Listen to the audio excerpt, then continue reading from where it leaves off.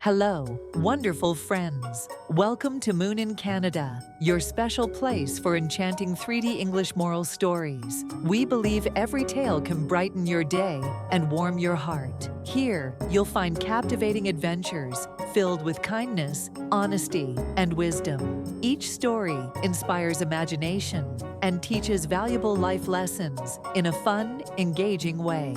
Our characters will guide you through journeys of discovery.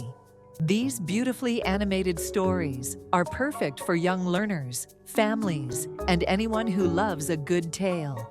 Join our growing community of story lovers. Don't forget to like, share, and subscribe so you never miss an adventure. At Moon in Canada, our stories shine brighter than the moon. We're so happy to have you with us. In the small village of Linden Hollow, a haunting fog descended each night, shrouding the streets in an eerie silence.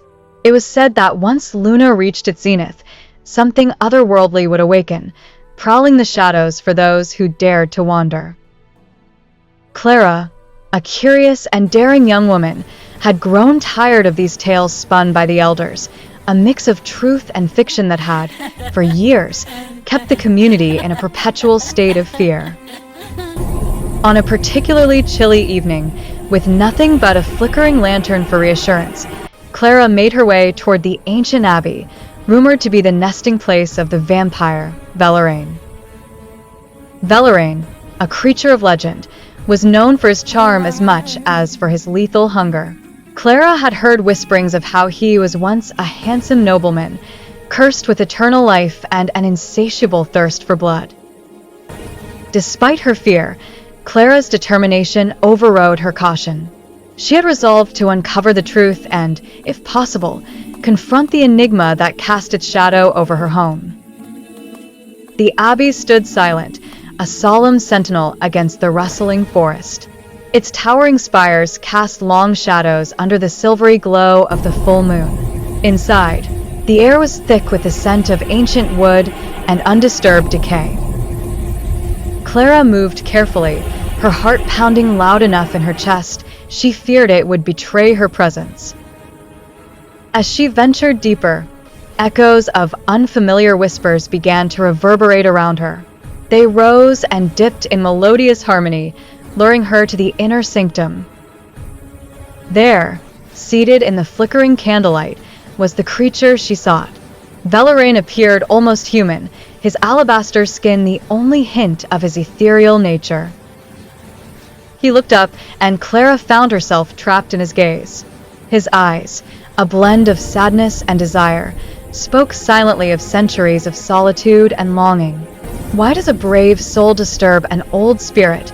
he asked, his voice a soothing lullaby that wrapped around Clara like spider silk.